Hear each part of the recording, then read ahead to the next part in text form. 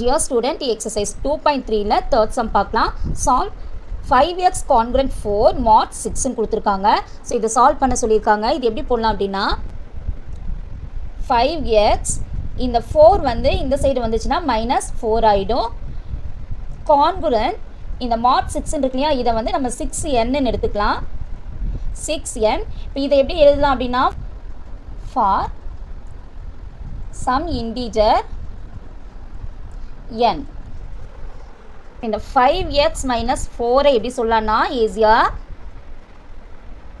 Multiple of 6. இப்போ இந்த xல நம்ம வேல்யூஸை சப்ஸ்டியூட் பண்ணும்போது நமக்கு 6ல மல்டிபிள் ஆகக்கூடியதாக இருக்கணும். இப்போ பாருங்கள் 1ன்னு சப்ஸ்டியூட் பண்ணோம்னா 5 × 1 5ன்னு வரும். 5லேருந்து 4 லெஸ் பண்ணால் 1 வரும். 1 வந்து 6ல் டிவைட் ஆகாது, மல்டிபிள் ஆகாது. ஸோ அப்போ இது வந்து 1 எடுக்க முடியாது. அடுத்தது 2 எடுத்துக்கிட்டோம்னா 5 × 2 10ன்னு வரும். 10லேருந்து 4 லெஸ் பண்ணால் 6 வரும். இந்த 6ல் மல்டிபிள் ஆகும். அப்போ நம்ம 2 எடுத்துக்கலாம் இல்லையா. இப்போ 5 × 2 - 4 that is equal to 5 2s are 10.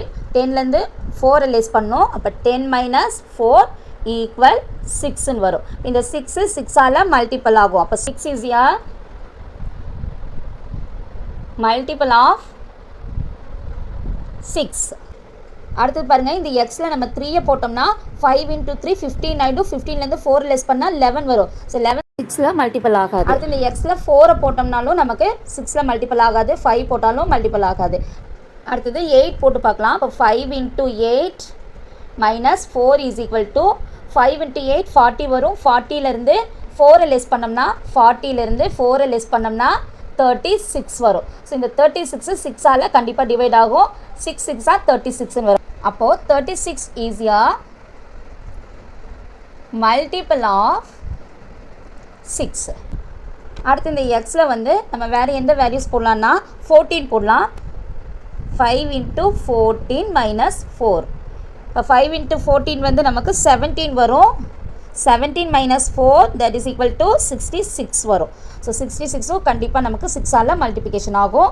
அப்போ 66 is a மல்டிபிள் ஆஃப்